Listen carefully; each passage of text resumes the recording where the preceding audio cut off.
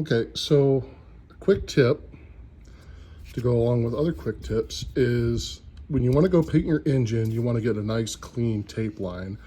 A trick that wouldn't seem like it works, but it works amazing, is get your tape, go over the edge a little bit, because this is going to be your machine surface that you don't want painted, and this will be the outside.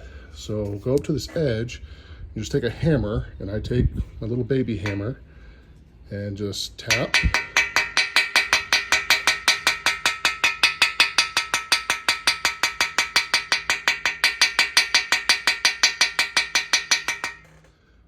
You just tap real lightly. You don't want to go crazy, but that edge of the machine surface cuts it. Now you have a really nice clean tape line, so it doesn't get on the machine surface where you have to do a lot of cleanup, but you still get good paint coverage and everything on the outside. So seems like a really simple tip. Not everyone knows it, but it's really cool. So got a dog here. I guess Tucker's gonna help us check stuff. As you can see with that trick I'm hitting, it did a really good job making a very sharp tape line. So we got really good coverage with the paint, but all of our gasket surfaces are nice and clean. Didn't have to do any scraping. Just a really nice finish. So just good trick, works really well. It also works on paper, because the edge of the machine surface, when you hit the paper, will help cut it a little bit as well.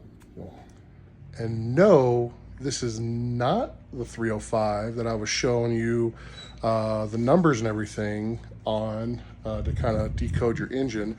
This is actually a Chevy 350. Got this really cheap, and I was just gonna do a ball hone on it and throw it back together just to have a little bit more power, because the 350s, they're always going to make more power than a 305, just because of the displacement and the chamber volume ability. But when I had the cam bearings installed and started looking at everything, noticed a real bad nick in one of the cylinders, and I don't know if I did that from pulling the pistons out. I don't think so. I don't remember hitting the walls, and I had my pry bar on the inside of the piston itself.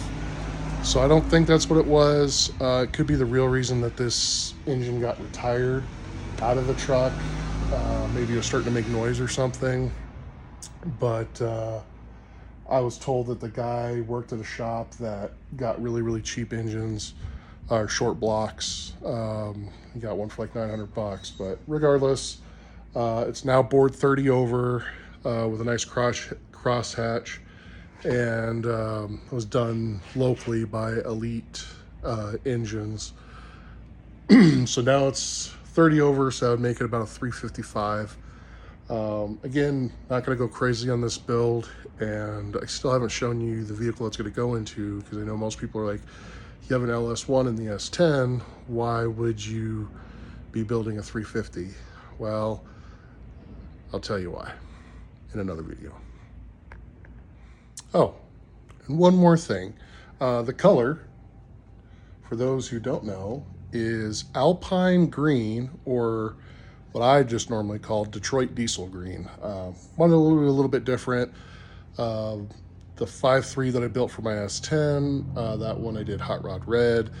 The 383 for my Cutlass, I did kind of a universal gold, close to the Oldsmobile gold for their performance motors. And I was going to do red for this because the engine bay, I'm going to black out mostly. And I thought, oh, nice bright red hot rod engine was there. But at the same time, wanted to do something different. So Detroit Diesel Green, because why not?